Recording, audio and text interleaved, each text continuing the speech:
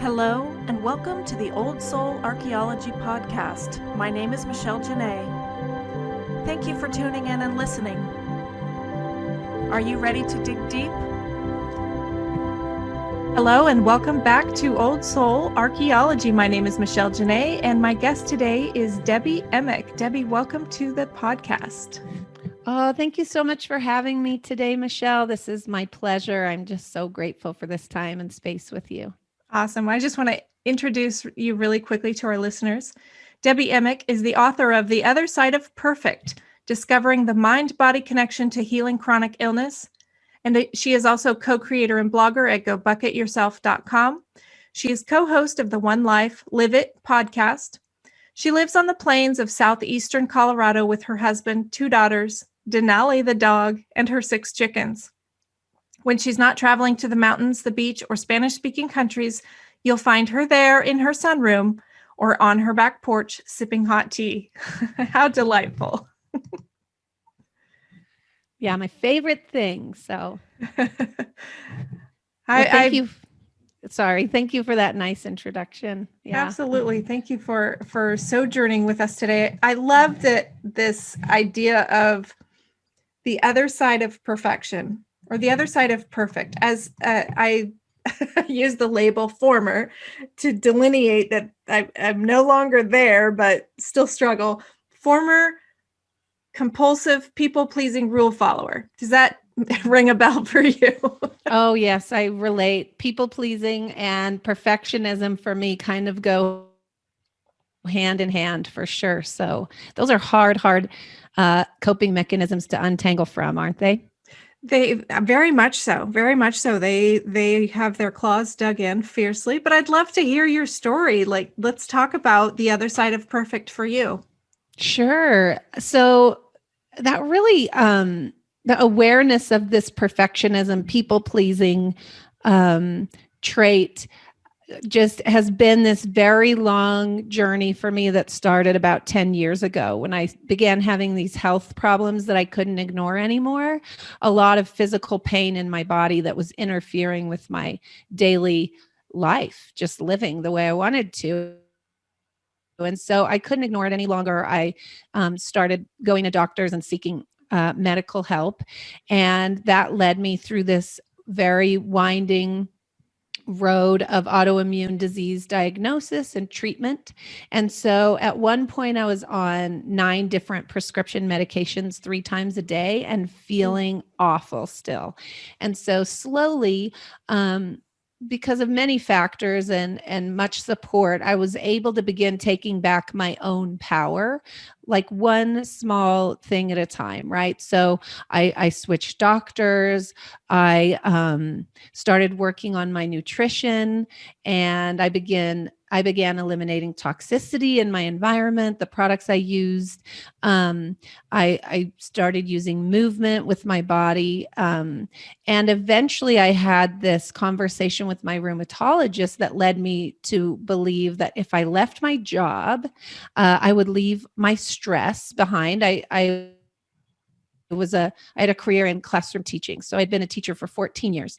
And I thought, this is the magic bullet. Finally, I'll leave my job. I'll leave all my stress behind and everything will be good. I'll just magically heal. And it wasn't until after I left my job, I had tried everything I knew to heal and get better.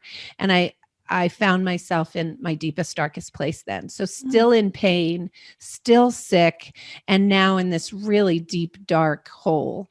And so everything from that point was me just trying to claw myself out of that to, at that point, really my only motivation was to break cycles for my own daughters and not start new ones.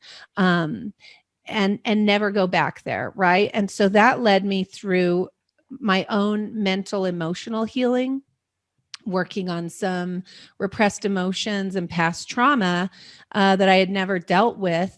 And as I began to heal in that way, I felt this physical pain leave my body.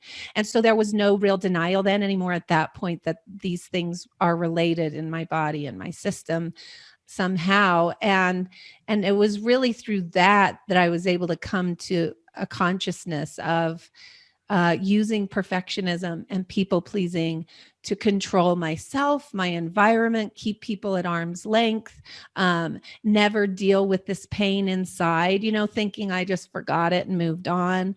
And so all of that just began, you can see the relationship between all of that, and true healing meant becoming conscious of all of that and sort of unraveling all of that and coming to a different place of dealing with myself and my health. Yeah, absolutely. I can imagine that leaving the job had to be maybe I'm not sure what the right word would be, but I think bittersweet. Like, right, you're hoping for this healing, and yet it was everything you knew. I'm sure you had kids that you loved and you loved the teaching. And then you come to find out that it wasn't the magic pill. It wasn't immediate, right? We want to snap our fingers and have it all be better. Yeah. But I still get this sense that it was the beginning of the healing for you in some way. And wow, those deep, dark nights of the soul are oh, yeah. So let's talk about the perfectionism piece a little bit more. And I love the fact that you talked about breaking cycles, because I think that in my life, my daughters have also been my motivation for doing the same, so that in a sense, there's some healing in me that passes on to them, what we might call collective or even ancestral healing. What did you do, or what were the awarenesses that you had, or the tools that you used to be able to break the cycle? Because they're so it's almost like chopping off a limb to take away this tendency, at least for myself, to please people. Or there are days when I'm like, well, I don't know what it would be like to be me. Who would that be? So what tools did you find were the most helpful? There's so much there that I want to say. But yeah, I just need to echo what you said, in that, like, leaving the career that I had tied up my purpose in was definitely a first step, right? It gave me time, space, energy that I hadn't had before, but it also exposed my ego in a way that I never really knew I had. Being a people pleaser, being a perfectionist, my identity was tied up in who I thought other people wanted me to be, and showing up in a way I thought they wanted me to show up. So just like you said, I didn't know who I was underneath that, beyond that. And leaving my job was the first step in exposing that. My ego didn't talk to me in a way that was like, I'm great. This is how I'm going to show how great I am. It talked to me in a really mean way. And so awareness first was just that really depth of darkness, and coming out of that winter, literally and metaphorically, into spring, and being able to look back and see how low it got and how much lower it could have gotten. I knew I couldn't do that to my family or my girls. And so I couldn't find a worthiness in me, but I could find it in them, right? And so my first step was just, they were worthy of something more. And the way awareness works, right? Like, once you begin seeing, you can't unsee. And so I wasn't always so good at noticing without judging at first, but at least I was noticing. And then there were all these synchronicities working at the same time. So at the same time as I'm saying, how could you be 33, 34 years old and not know who you are and not know what you want? That wasn't the example I wanted for my daughters. And I was starting to see the example, or the unconscious things I was showing and teaching my daughters. And so I went to this chiropractor for this superficial fix, like looking for a recommendation for a probiotic. And she did some energy and somatic work with me that sort of opened up this hole that I didn't remember. I mean, not literally remember, but it was like I thought I had just forgotten it and moved on. And at the same time, I was reading Brene Brown and learning about shame and being authentic and vulnerable, and realizing how much my shame had grown because I hid it away in darkness. I was learning from Glennon Doyle. And that's when I sort of picked up this idea of my perfectionism and people pleasing. And I began to see that as a real addiction. So I tried other things to numb and cope when I was younger, right? But those things didn't help me feel in control. They felt the opposite for me. And so slowly as time went on, I just got better and better at this perfecting and people pleasing thing. And yeah, like you said, deciding not to react in those ways was like letting go of an addiction. And I still haven't fully arrived there. There's some regression and some going back, moving forward. But yeah, it feels good. That's a good way to numb, to cope, to deny, to cover, to mask, right? And so this is very exposed, and it's about learning to find a new way to do all of those things, to not numb, to not deny or mask or cover. And so it feels really, really rough at first. What kept me going at first was this love for my daughters, but eventually the more I worked through it, the more love I was able to find in myself as I trusted my own intuition and stepped forward in it and learned not to judge myself or my talk, just be the noticer, right? That intuition began to grow, and I began to be able to love and care for myself. So that at first, when I was healing, all these things that I did to heal, like working on my food or my exercise, became a way to over perfect and over control. So just like over controlling my food until I probably wasn't eating enough. I was super obsessive about it, over exercising until it was like almost a punishing extent. So when I was able to expose the perfectionism, people pleasing tendency, I was able to unwrap that until eventually I could use those things in a loving way, right? So use food in a way to love and care for my body, use movement in a way to love and care for my body. So that's a really long answer that I hope hits those notes that were in your question. Yeah, absolutely. I love that you brought it back to self-love. And I had read a book called Love Yourself Like Your Life Depends on It by Kamal Ravikant. And in it, he says, if I truly loved myself today or in this moment, what would I do? Mm-hmm. And I wish I could go back a few months. Over time, many times in my life, I'm sure there are places where I wish I could have done that. And yet at least for me, I still have this dichotomy.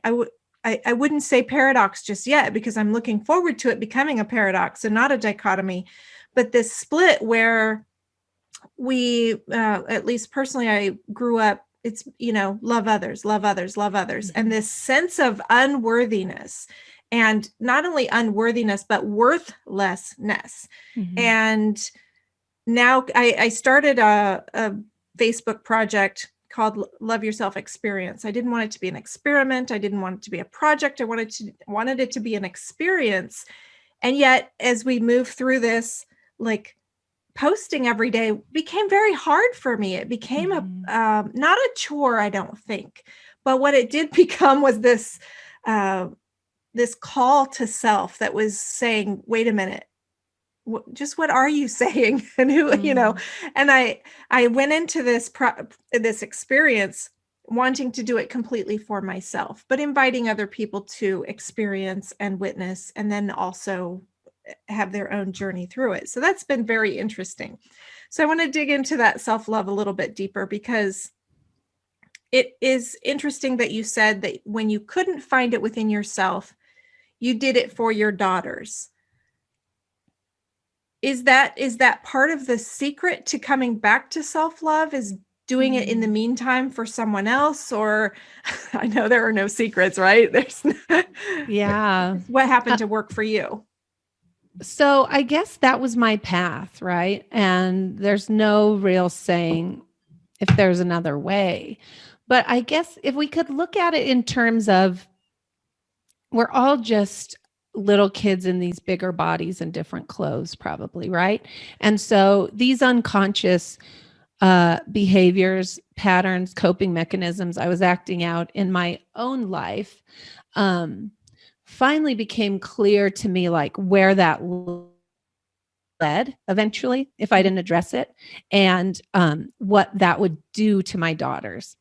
And so, yeah, I don't know if it's the magic path or the right path, but it did eventually lead me to a path of my own internal love, realizing that I couldn't actually give until I loved myself. I couldn't, until I found that within myself, it was all like, do as I say, not as I do, probably, right? Mm-hmm. Which is not an effective way to teach or, carry on or heal ancestral trauma. But little by little, that awareness seeped in.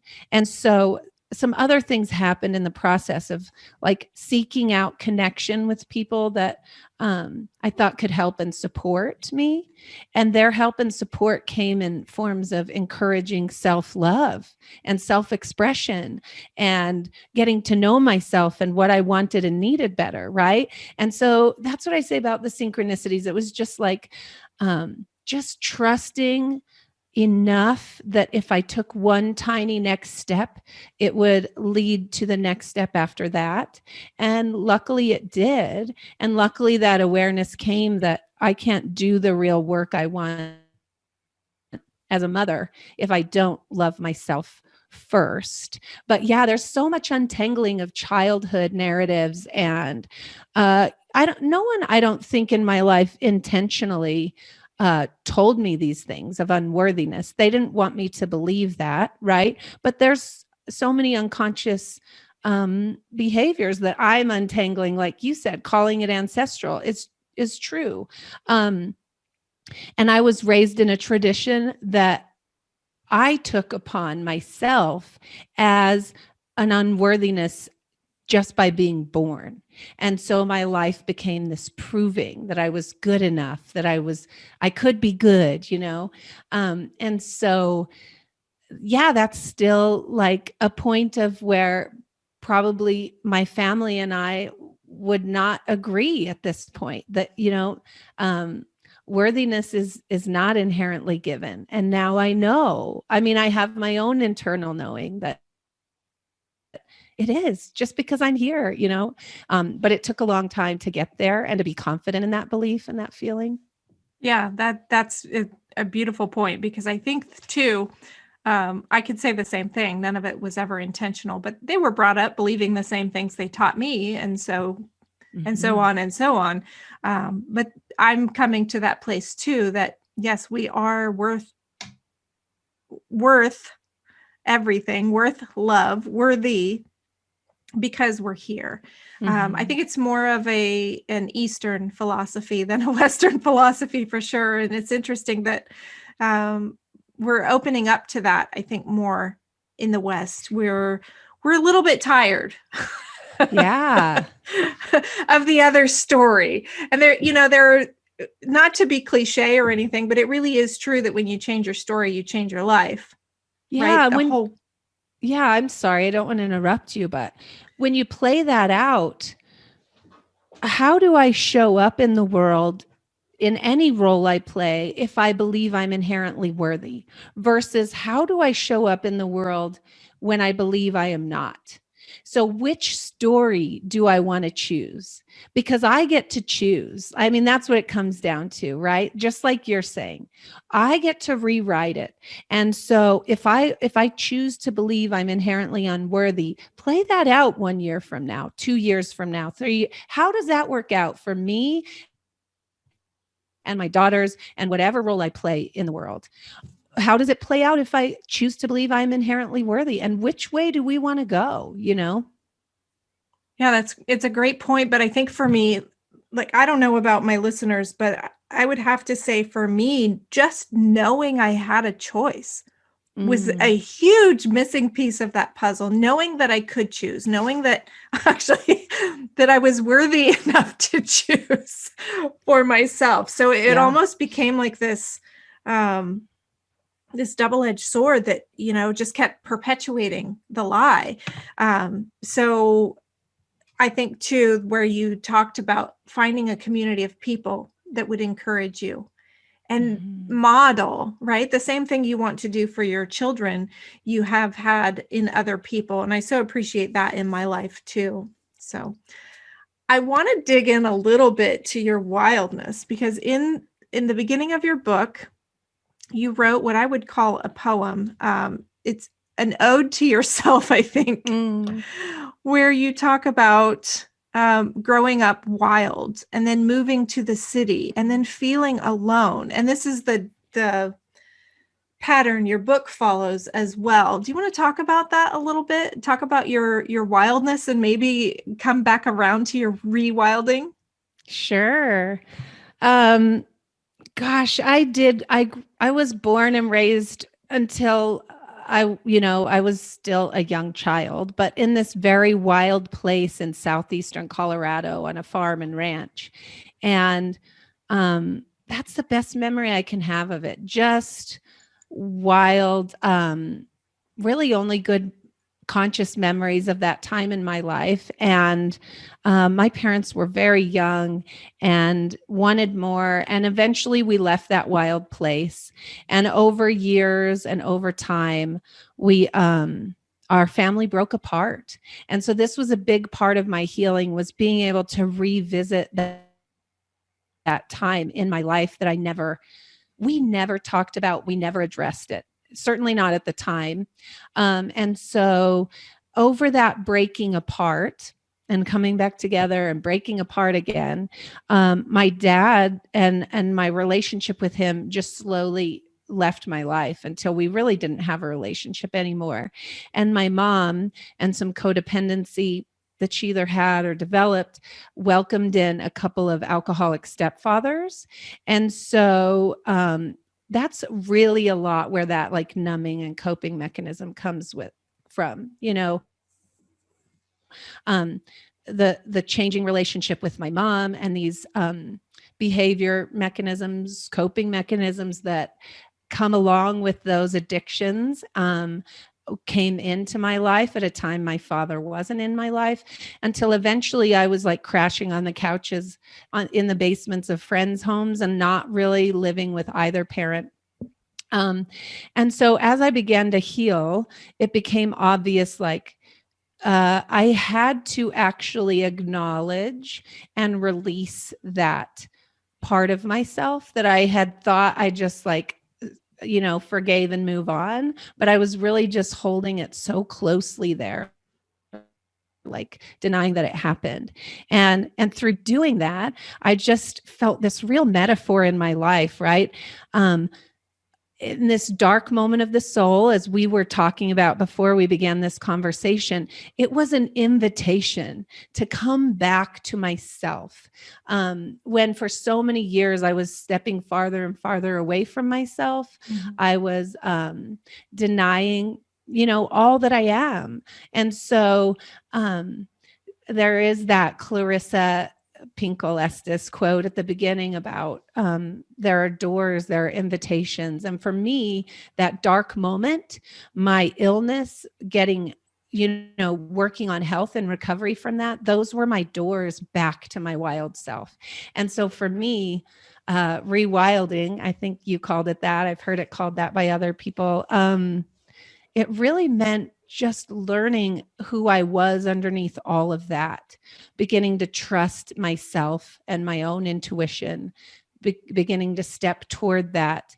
And I'm not the person to quote for this, but it's like truly becoming is about coming back to yourself, not coming to some new version of yourself. And that's what it felt like to me, like coming back to this wild version that didn't really worry or care about what other people thought of me or wanted me to be or needed me to be, but really coming back to this internal grounded place of knowing and being outside of all of that.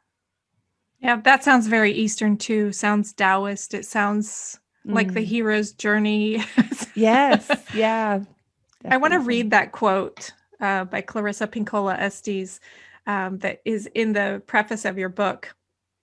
I'll tell you right now, the doors to the world of the wild self are few but precious. If you have a deep scar, that is a door. If you have an old, old story, that is a door. If you love the sky and the water so much you almost cannot bear it, that is a door. If you yearn for a deeper life, a full life, a sane life, that is a door. Clarissa Pinkola, Estes. Oh, so much good there, right? I just feel like it's so empowering to trust yourself, to trust the guidance that whatever your tradition is, you feel like wherever you're getting that guidance, it's not going to lead you the wrong way. And so, yeah, for me, that's really empowering. And clearly I wanted a sane life, much more than I felt I had. So. Isn't it funny that the sane life is actually the wild one? Yes, that is. There you go. There's that paradox instead of the dichotomy, right? Is that That's what you right. were talking about? Yeah. Yeah. So Well, I love good. that her quote even says it. It's the doors to the world of the wild self. Mm-hmm. And you know what else I think is so empowering about that is not seeing myself as broken or something is wrong with me because of a yearning or something that happened to me, right? So these times in my life that may have, from someone else's perspective, broken me or made me feel bad about myself or shameful. And certainly for me, they did. For many years, I carried that around, hiding it away. But this isn't about that, right? It's not about being broken. It's just about those things lead us to what's meant for us, right? Those are the doors. Those are the openings. And yeah, I just think it's empowering, like to look at it from that sense instead of like, I'm broken. How do I fix myself? Yeah. How do I please people and control my life to be sane, quote unquote, Yes. while I go crazy? Mm-hmm. Well, there's the difference, right? The difference between the crazy life and the wild one. Yeah. Yep. Yeah. Very good. I love that she says there are few doors, but they keep coming up for us. They keep giving us the opportunity, right? If we don't get it, it's like they talk about the lessons that if we don't learn them, they come back. Those are the doors, right? Those are the opportunities to come back to self. So let's talk about that for a moment. In this idea of trusting yourself that you had said, Debbie, what is how would you say people today that are feeling this sense of frustration, this sense of lostness, this sense of maybe they're hearing the call of the wild, but they don't quite know what to do and they don't really trust themselves. What are some things that they can do to reconnect with their own intuition? Well,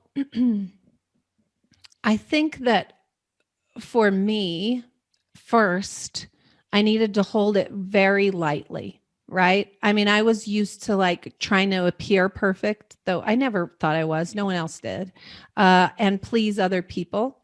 And we've talked about, the traditions that I was raised in, sort of adding to that, and having to come to a sense of like, it's going to be okay if I maybe listen to some other teachers and learn some new information.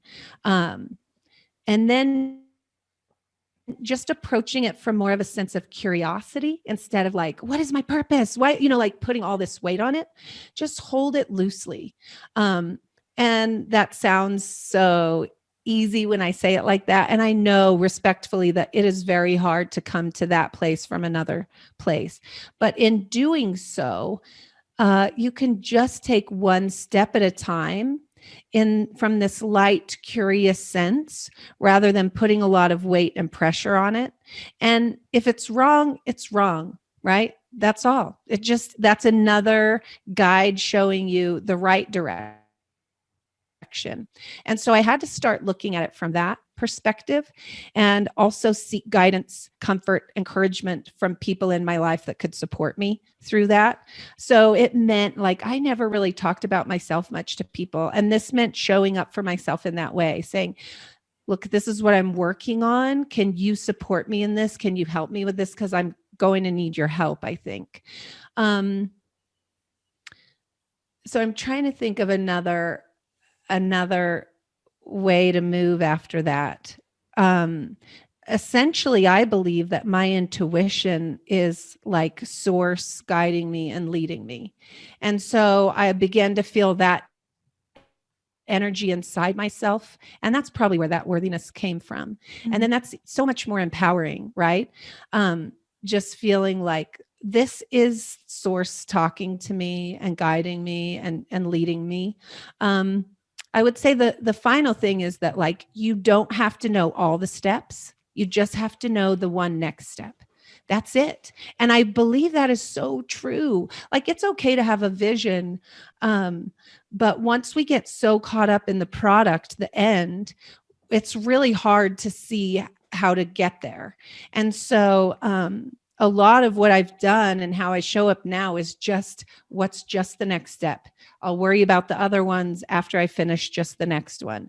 And it really helps. It helps to know what the next step is. It helps to recalibrate if necessary. It helps me hold it lightly, and not put so much pressure on it. Or, sometimes we just strangle something because we're so focused on it or worried about it or whatever. So hope that's helpful. Yeah, absolutely. Well, I mean, not to look for a mutual admiration society, but it happens. And I feel that with you.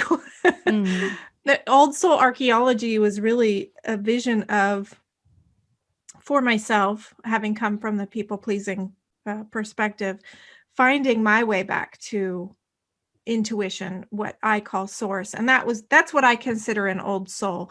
It's, as much as I've studied lightly past lives and things like that and believe that it could be a possibility, it's not something I was raised to believe. And so that's really irrelevant for me, at least on the surface of old soul archaeology, but it's really about daring to dig deep enough to connect with that part of you that is divine. And there are traditions that want us to think that the divine is just out there, and is maybe bearded and maybe mean and something, all of these things, right? And yet I do believe that we all have this connection to source within us, and that old soul archaeology is really digging deep to trust, something I'm still very much in the process of learning. And I'm grateful for teachers like yourself. And I mean that in the most humble and respectful way, because while I know you would say, I'm not the one to quote, but you are at least as worthy as Eckhart Tolle, or as that, it really is true. I really believe that we're all on this walk, and we don't know who we're meant to touch and who we aren't. And so I want to honor you by saying that you've already touched me in so many ways in just a short amount of time. And I know that your book has touched many and will touch many more. And you'll touch the listeners. So that's just some self-love for you. Oh, thank you. Gosh, I still definitely struggle with believing that and telling myself that, but I fully appreciate all of your words, and I'm so grateful. And right back to you, just this is an amazing space, and just the ability to be able to talk about this with someone else here in this space, and hope that someone else might hear and feel inspired by you or anything I've said is a great hope for sure. Yeah, absolutely. For those people that are still in the place where they're not real sure, but they're starting to listen, they're starting to trust, they're looking to others to say it's okay, to give yourself permission to be curious about being worthy and being your own source of wisdom, both literally and, on the mundane side and the cosmic or divine side, for sure. So we're running out of time here. So I want to talk really quickly. My last question is about your book. And I know that your focus, because of your story, has been on chronic illness, but your book is not just for people with chronic illness. And I know you have a lovely Amazon review that says, I wasn't sure if this book would be for me, but she loved it. And she didn't suffer with chronic illness. Tell me about what your hope for this book, both for your children and for your readers. Well, just full disclosure, at first it was really just my greatest hope to help me release what I had been holding so tightly and heal myself, right? But then it became this, there was some clarity that it was more than that, and that I needed to keep going and hold this commitment to myself and to my own trust and intuition. And so it's a love letter really to all of those people that once I started actually giving a voice to what I was going through instead of hiding it away, came to me feeling burned out or sick or tired or unsure or there's a certain stage in our life that's probably different for each person, what age that is, where we just really start to question how we're showing up and how we should move forward. And it became clear that there were so many people out there, whether they had a diagnosis or not, that were just seeking some sort of answer, or they needed someone to help them or tell them what to do. And so I knew from my own experience that I gave away my power to doctors and medicines for so long that those weren't the answer. And so, yeah, this is for those people that came to me seeking answers and validation and just wanting to know. And so as I wrote it, it was necessary to tell that full story of beginning in a wild place and coming to this place of feeling alone and isolated because of what I had gone through and the coping mechanisms I developed, and then how I became real, right? And so in that second half of the book about getting real or going back to my wild self, I have some journal prompts that I included in there to hopefully help the reader go along with their own healing, whatever it may be. We don't really get to this place of adulthood without some sort of something we're carrying around. And so, yeah, that's what it is. That's beautiful. Thank you for sharing that. When you said becoming real, the Velveteen Rabbit popped into my head. I love that story. Quote. Me too. Yeah. So you can find The Other Side of Perfect on Amazon, both hardcover, paperback, and Kindle editions, by Debbie Emick. Yeah. Debbie, I want to let everybody know where they can find you. Sure. You can really find the book anywhere online that you buy your book. So if you prefer to buy it from like an independent retailer, there are definitely some places online that you can pick it up there, or you can go to gobucketyourself.com/books and we'll help you find it from there. I've also developed like a 30-day companion journal to go along with it. So if you want a little more to do your own healing, to develop your own self-love and worthiness, that journal will be what can help you along the way. If you want to connect to me personally, you can find me on Instagram at imperfectprogress.me. So it's imperfectprogress.me, and send me a message. I will answer you. I would love to connect. You can also email me through gobucketyourself.com, but lots of ways to connect that way.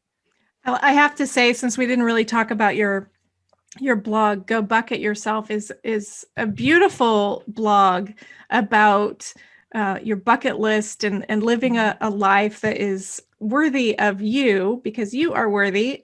Both Debbie and her husband, Chris, participate in the posts and the podcast.